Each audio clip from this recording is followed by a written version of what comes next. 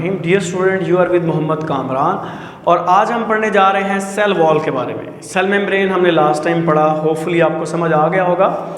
आज इस लेक्चर में सेल वॉल के बारे में पढ़ना है, मगर ये क्या, हमने लास्ट टाइम पढ़ा कि cell membrane outer most boundary है और यहाँ पर आज हम फिर पढ़ रहे हैं कि सेल वॉल भी आउटर मोस्ट बाउंड्री है। इसके बारे में बाद में बात करेंगे, पहले इसकी डेफिनेशन समझ लें। हाँ, ये आउटर मोस्ट बाउंड्री है, लेकिन ये आउटर मोस्ट बाउंड्री किसकी है? ये आउटर मोस्ट बाउंड्री है बेटा प्लांट्स की, प्लांट्स के साथ साथ फंजाई की और उसके साथ साथ बैक्टीरिया की। तो यहां तक हमें डेफिनेशन समझ आ गई कि व्हाट इज सेल वॉल। तो हम कहते हैं the outer most boundary of the plant, fungi and the bacteria cell is called as cell wall. असल में इसके पीछे एक स्टोरी है। पहले तो याद रखें, इस सेल वॉल को डिस्कवर किसने किया? रॉबर्ट हुक साहब ने। अच्छा, इसके पीछे स्टोरी क्या है? आपको याद हो तो हमने लास्ट टाइम वाली वीडियो में बात की थी कि जो हमारी सेल मेम्ब्रेन होती है, सेल मेम्ब्रेन होती है, ये हमारा कोई सेल है और ये इस सेल की बाहर वाली बाउंड्री है, ये इसका न्यूक्लियस समझ लें। तो ये वाली जो बाहर वाली बाउंड्री है, जिसको हमने नाम दिया था कि ये कौन है? Cell membrane. तो ये जो सेल मेम्ब्रेन थी, इसके दो कैरेक्टर्स थे। एक तो ये रिजिड नहीं थी, दूसरा ये कैरेक्टर था कि ये सिलेक्टिवली परमिएबल थी। कुछ चीजों को अपने अंदर से गुजरने देती थी, कुछ चीजों को अपने अंदर से गुजरने देती नहीं थी। लेकिन जब साइंटिस्ट ने सेल लिया किसी प्लांट का, उस प्लांट सेल को उन्होंने मटेरियल पास करने के लिए टेस्ट किया, तो पता क्या चला? उसके अंदर से मटेरियल आसानी से गुजर जाते हैं। यानी प्लांट सेल के बाहर कोई ऐसी चीज मौजूद थी जो बैरियर के तौर पर काम नहीं कर रही थी। वैसे क्या होता है, अगर सेल मेम्ब्रेन हो तो मटेरियल सिलेक्टिवली पास करता है और वो रिजिड नहीं होती। लेकिन देखने में क्या आया कि इस जो प्लांट के बाहर ये दीवार मौजूद थी, इसमें से मटेरियल इजीली पास कर जाता है और ये बैरियर के तौर पर काम नहीं करती, नॉट एक्ट एज बैरियर। तो उन्होंने कहा हो ना हो सेल मेम्ब्रेन के बाहर एक और दीवार है, और ये दीवार एनिमल सेल में नहीं प्लांट सेल में मौजूद है, जो बाद में पता चला बैक्टीरिया में भी है और फंजाई में भी है, और उसे क्या कहते हैं? सेल वॉल कहते हैं। तो पता चला एनिमल की तो आउटर मोस्ट बाउंड्री वही है जो हमने लास्ट टाइम पढ़ी, सेल मेम्ब्रेन, लेकिन प्लांट में ऐसा नहीं है। उनकी आउटर मोस्ट बाउंड्री क्या है? Cell wall. So the outer most boundary of the plant, fungi and bacteria is called as cell wall, यानी प्लांट, फंजाई और बैक्टीरिया की आउटर मोस्ट बाउंड्री। अब अगर हम मजीद स्टडी करें तो याद रखिएगा, जो प्लांट्स की सेल वॉल है, प्लांट्स, इन प्लांट की सेल वॉल बैक्टीरिया और फंजाई से डिफरेंट है, ना सिर्फ स्ट्रक्चर के लिहाज से बल्कि फंक्शन के लिहाज से भी। उसका स्ट्रक्चर भी डिफरेंट है और फंक्शन भी डिफरेंट है। हम इंशाअल्लाह ताला इसको डिटेल से पढ़ेंगे जब हम फंजाई को आगे जाके पढ़ेंगे, खास तौर पे बैक्टीरिया की सेल वॉल को हम बैक्टीरिया वाले चैप्टर में पढ़ेंगे। तो याद रखें, अभी के लिए सिर्फ याद रखना है, जो बैक्टीरिया और फंजाई की सेल वॉल है वो प्लांट से क्या है? डिफरेंट है, ना सिर्फ स्ट्रक्चर के लिहाज से बल्कि फंक्शन के लिहाज से भी। सबसे पहले देख लेते हैं कि क्या डिफरेंट है इनके स्ट्रक्चर में। स्ट्रक्चर में डिफरेंट देख लेते हैं। तो प्लांट पे तो ये सारा टॉपिक मौजूद है, लेकिन उससे पहले आप ये बात जान लें कि जो बैक्टीरिया की सेल वॉल है ये पेप्टाइडोग्लाइकेन की बनी हुई है। अब पेप्टाइडोग्लाइकेन से क्या मुराद है? हमने सेकंड चैप्टर पढ़ा, उसमें पेप्टाइड बॉन्ड पढ़ा, और पेप्टाइड बॉन्ड बनता था अमाइनो एसिड के दरमियान में, और ग्लाइकेन यहां पर शो कर रहा है ग्लूकोज को, आप कह सकते हैं कार्बोहाइड्रेट को शो कर रहा है। तो पेप्टाइडोग्लाइकेन एक ऐसा मॉलिक्यूल है जिसमें कार्बोहाइड्रेट प्लस अमाइनो एसिड मौजूद होंगे। तो जब मैं आपको प्लांट की सेल वॉल पढ़ा रहा हूँ, अभी तो मैंने डिस्कस की है बैक्टीरिया की, तो आप खुद ही फर्क कर लीजिएगा कि इनके स्ट्रक्चर में क्या डिफरेंस है।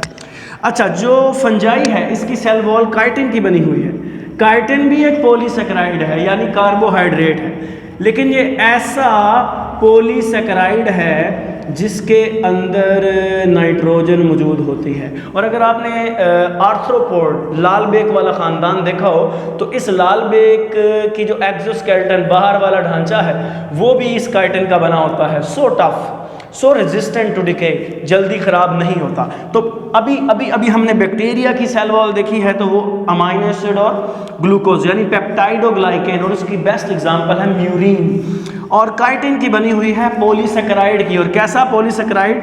जिसके अंदर क्या मौजूद है? नाइट्रोजन मौजूद है। आए तो देखते हैं सबसे पहले, अब इसके बाद प्लांट की सेल वॉल।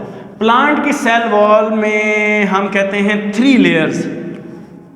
प्लांट की सेल वॉल में 3 लेयर्स मौजूद हैं और इन 3 लेयर्स को हम बारी बारी डिस्कस करेंगे एक स्ट्रक्चर के साथ। मुझे आपकी तवज्जो चाहिए, आई नीड योर कंसंट्रेशन, बड़ा फोकस रहिएगा। ये जो पोर्शन है बहुत समझने वाला है, ये इस टॉपिक का आप कह लें बैकबोन है, इस टॉपिक की रीढ़ की हड्डी है।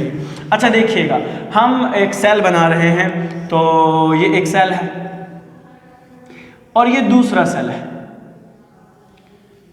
और ये अभी सेल मेम्ब्रेन बनाई है, ठीक है। और हम ये बात जानते हैं प्लांट सेल में सेल के बाहर एक स्ट्रक्चर मज़ीद मौजूद होता है और उस स्ट्रक्चर को हम क्या कहते हैं? सेल वॉल कहते हैं, सेल की दीवार कहते हैं, ठीक है जी। ये सेल वॉल है, ठीक है जी। तो ये सेल वॉल है। अब हम पहले बात करने वाले हैं मिडल लैमेला की। तो प्लांट की सेल वॉल 3 हिस्सों में डिवाइडेड है, जिसमें पहला हिस्सा है मिडल लैमेला। मिडल लैमेला, अब मिडल लैमेला क्या है? देखें, प्लांट एक मल्टी सेलुलर ऑर्गेनिज्म है और उसके बहुत सारे सेल इकट्ठे रहते हैं। बिल्कुल अगर आप दीवार को देखें तो दीवार ईंटों की बनी हुई है, दीवार पूरी ईंटों की बनी हुई है, उसमें एक एक ईंट फर्ज कर लें सेल है। इस तरह एक मल्टी ऑर्गेनिज्म सेल्स का बना हुआ है। तो ईंटों को जोड़ने के लिए सीमेंट की जरूरत होती है, तो सेल्स को जोड़ने के लिए भी किसी स्टिकी जोड़ने वाले मटेरियल की जरूरत होगी। और प्लांट के केस में वो मटेरियल क्या होता है? उसे हम पैक्टिन कहते हैं। इस सीमेंटिंग मटेरियल, यहाँ पर एक चिपकने वाला पॉलीसेकेराइड मौजूद होता है, एक चिपकने वाला एक ग्लू जैसा पॉलीसेकेराइड मौजूद होता है जो इन 2 सेल्स की दीवारों को आपस में जोड़े रखता है। इस ग्लू लाइक मटेरियल को, इस जोड़ने वाले सीमेंटिंग मटेरियल को हम क्या नाम देते हैं? हम कहते हैं ये मिडल लैमेला है, ये मिडल लैमेला है। So what is middle lamella? हम सिंपली क्या कहते हैं कि this is the cementing material. Cementing material, तो ये कैसा मटेरियल है जो सीमेंट के तौर पे काम करता है। And present between the adjacent walls. Adjacent wall से मुराद क्या है? साथ साथ वाली सेल वॉल में ये क्या है? मौजूद है। और सबसे पहले यही बनता है किसी सेल का, प्राइमरी वॉल से पहले भी यही बनता है ताकि बाद में इनको जोड़ा जा सके। उसके बाद बच्चों आती है प्लांट की ट्रू वॉल, प्राइमरी वॉल। अगर आप इसको देखें, ये ब्लू कलर वाली मिडल लैमेला, तो ये दोनों में डिवाइडेड है। लेकिन अगर मैं कहूँ सेल के पास उसका अपना क्या है, तो ये हर सेल की अपनी दीवार है। ये इसकी रेड वाली अपनी है, इसकी रेड वाली अपनी है, तो इसको ट्रू वॉल कहते हैं। और इस ट्रू वॉल को असल में हम कहते हैं ये कौन सी दीवार है? Primary wall. तो प्राइमरी वॉल प्लांट की ट्रू वॉल है। जब प्लांट ग्रो कर रहा होता है ये तब बनती है। अच्छा, तो आए देखते हैं इसके बारे में, ये बनी किसकी होती है? प्राइमरी जो वॉल है ये बनी होती है सेलुलोज की। सेलुलोज दुनिया में सबसे ज़्यादा पाया जाने वाला पॉलीसेकेराइड है। रुई सेलुलोज की बनी होती है। और उसके अलावा पेपर, कितना दुनिया में पेपर छपता है, ये सारा किसका बना हुआ है? सेलुलोज का। कंपोज्ड ऑफ सेलुलोज, ये प्राइमरी वॉल जो प्लांट के गिर्द उसकी अपनी मौजूद है, ये किसकी बनी होती है? सेलुलोज की बनी होती है। और इसके अंदर डेपोजिशन हुई होती है। डेपोजिशन का मतलब क्या है? उसके अंदर दसें होना। अभी जब हम आगे बात करेंगे तो आपको मजीद समझ आएगी। लेकिन डेपोजिशन किसकी होती है? वो 2 और पॉलीसेकेराइड है, एक पॉलीसेकेराइड है, उसका नाम है हेमीसेलुलोज। तो हेमीसेलुलोज भी क्या है? पॉलीसेकेराइड ही है। ठीक है जी। फर्क क्या है? ये सेलुलोज से थोड़ा लूज अरेंजमेंट में होता है। दूसरा है पैक्टिन, और पैक्टिन का जिक्र हमने मिडल लैमेला में भी किया। ये जेली स्टिकी मटेरियल है, ठीक है, जो क्या करता है? चीज़ों को आपस में चिपकाता है, ठीक है। और ये दुनिया में दूसरे नंबर पर, पहले नंबर पर सेलुलोज पाया जाता है, दूसरे नंबर पर पैक्टिन पाया जाता है। ये तीन चीज़ें मिलकर कौन कौन? सेलुलोज, हेमीसेलुलोज और पैक्टिन क्या करते हैं? ये आपकी प्राइमरी वॉल को बनाते हैं। और याद रखें सेलुलोज जो अरेंज होते हैं किसी भी सेल वॉल के अंदर, उनकी अरेंजमेंट होती है criss cross arrangement. Criss cross एक जाली जैसी अरेंजमेंट होती है। और मैंने कहा था इस सेलुलोज के अंदर फंसे होते हैं, दलसे होते हैं कौन? हेमीसेलुलोज, और उसके साथ साथ कौन? पैक्टिन। जितना मर्जी अच्छे से अरेंज हो जाए, इनमें जगह रह ही जाती है। यही वजह है सेल वॉल के अंदर मटेरियल आराम से पास कर जाता है और सेल मेम्ब्रेन के अंदर मटेरियल आराम से पास करता नहीं है। तो प्राइमरी वॉल के मुतालिक हमने देखा बनी हुई है सेलुलोज की, और डेपोजिशन उसमें हेमीसेलुलोज और पैक्टिन की है, और अरेंजमेंट कैसी है? Criss cross. और इसमें दंसी होती है कौन? हेमीसेलुलोज, और पैक्टिन इसमें पड़ी होती है। और ये ड्यूरिंग डेवलपमेंट बनती है, इसी को ट्रू वॉल कहते हैं। एमसीक्यूज के तौर पर याद रखना है ट्रू वॉल कौन सी होती है? तो ट्रू वॉल हमारे पास प्राइमरी वॉल होती है। अब एक किस्म की और वॉल होती है, अच्छा पहले मैं उससे पहले एक पॉइंट क्लियर करवाता जाऊं आपको कि इस सेल वॉल को बनाता कौन है? प्रोटोप्लाज्म बनाता है। हमने लास्ट लेक्चर में भी जिक्र किया था प्रोटोप्लाज्म क्या होता है। अगर किसी सेल का न्यूक्लियस और प्लस उसका साइटोप्लाज्म, इन दोनों को इकट्ठा जमा कर दिया जाए तो इसको प्रोटोप्लाज्म कहते हैं। मसलन हम कह रहे हैं, लेट्स सपोज हमारे पास ये एक सेल है और ये सेल की सेल मेम्ब्रेन है, और इसके अंदर इसका साइटोप्लाज्म मौजूद है, जो हमारा नेक्स्ट टॉपिक है, वाटरी लिक्विड सा मौजूद है। और सेंटर में एक न्यूक्लियस है, मैं ब्लू कलर से इसको शो करने की कोशिश करता हूं ताकि आपको मसला ना हो। ये ब्लू कलर का थोड़ा सा हमारे पास क्या मौजूद है, या ये सेंटर में जो डार्क सा पार्ट मौजूद है, ये हमारे पास क्या है? ये न्यूक्लियस है, ये न्यूक्लियस, और ये रेड कलर का क्या? साइटोप्लाज्म। ये दोनों मिलकर क्या बनाते हैं? प्रोटोप्लाज्म। तो सेल वॉल कैसे बनती है अगर आपसे कोई पूछ ले, तो ये जो प्रोटोप्लाज्म है ये सिक्रीशन करता है, प्लांट सेल में ही अपने अंदर से चीजें खारिज करके इस सेल वॉल को बनाता है। लेकिन कुछ सेल ऐसे भी होते हैं प्लांट के, हर सेल नहीं, कुछ सेल वो प्राइमरी वॉल के साथ साथ सेकेंडरी वॉल भी बनाते हैं। कैसे? अभी मैंने बताया प्रोटोप्लाज्म सिक्रीशन करता है। प्रोटोप्लाज्म है क्या? Nucleus plus cytoplasm. Nucleus order देने वाला, साइटोप्लाज्म उस ऑर्डर के मुताबिक यहां से अपने अंदर से कुछ केमिकल्स खारिज करेगा, और ये chemicals cell primary cell wall के अंदर वाली साइड पर इकट्ठे होने लग जाएंगे, और ये प्राइमरी सेल वॉल मोटी हो जाएगी, काफ़ी मोटी हो जाएगी। अब ये जो दीवार बाद में बनी है, जो हर सेल में नहीं होती, बार बार बता रहा हूँ आपको, जो हर सेल में मौजूद नहीं होती, इसको आप क्या कहते हो कि ये क्या है, बस थोड़ी सी बना रहा हूँ, इसको आप कहते हो सेकेंडरी वॉल। ये कौन है? Secondary wall. अब सेकेंडरी वॉल भी किसी मटेरियल की बनी होगी, तो इसमें आमतौर पर जो मटेरियल होता है, अच्छा पहली तो बात ये इनसाइड द प्राइमरी वॉल मौजूद है, सेकेंडरी वॉल इनसाइड मौजूद है। दूसरा, ये कंपैरेटिवली थिक है। इनसाइड किसके मौजूद है? Primary wall. और कंपैरेटिवली मोटी है, थिक है।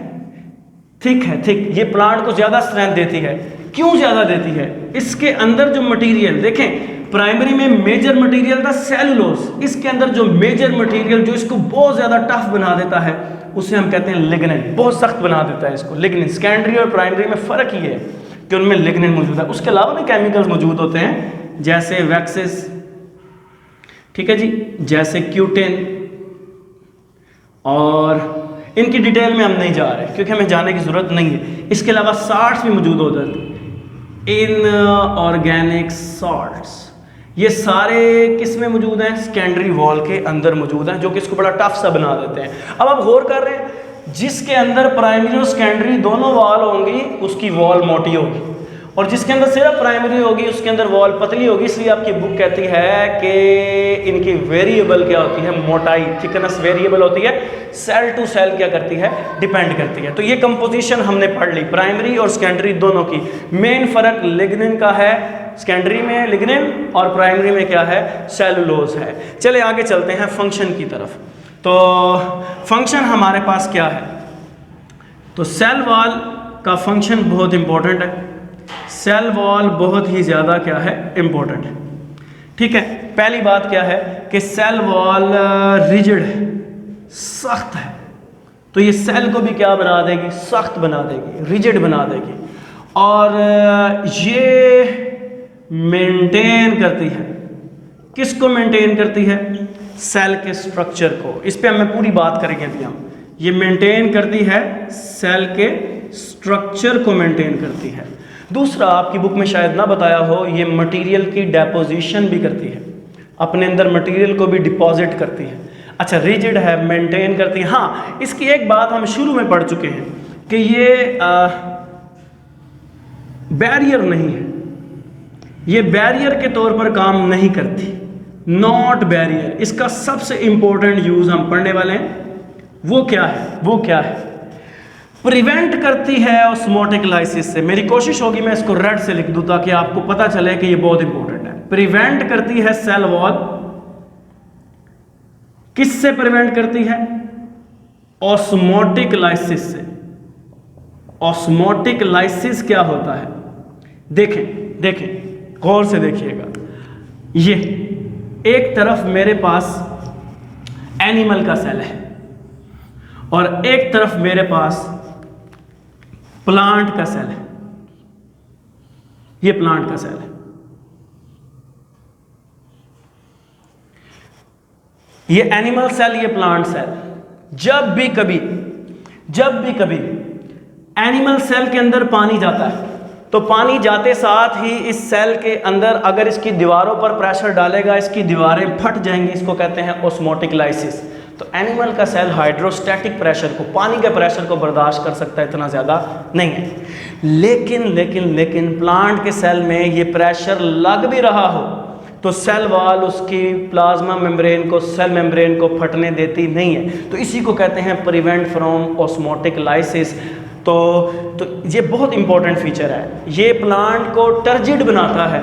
जो प्लांट जिनमें वुड, लकड़ी भी नहीं सही तरह बनी होती, ग्रीन प्लांट जो पौधे होते हैं वो सीधा कैसे रहते हैं? इसी करैक्टर की वजह से। तो हमें समझ आ गई कि ये जो सेल वॉल है ये बचाती है उसको कहाँ से? फटने से। जैसे बाइक की ट्यूब निकाल के हवा भरे ना तो वो जल्दी फट सकती है, लेकिन अगर टायर में हवा भर रहे हो, ट्यूब अंदर हो और साथ पे टायर भी मौजूद हो तो वो ट्यूब जल्दी फटती नहीं है। तो ये थे आज हमारा इंपॉर्टेंट टॉपिक जिसका नाम क्या था? Cell wall. होपफुली आपको ये समझ आया होगा। तो इंशाल्लाह नेक्स्ट लेक्चर में मिलेंगे, तब तक अपना ख्याल रखिएगा। अल्लाह हाफिज़।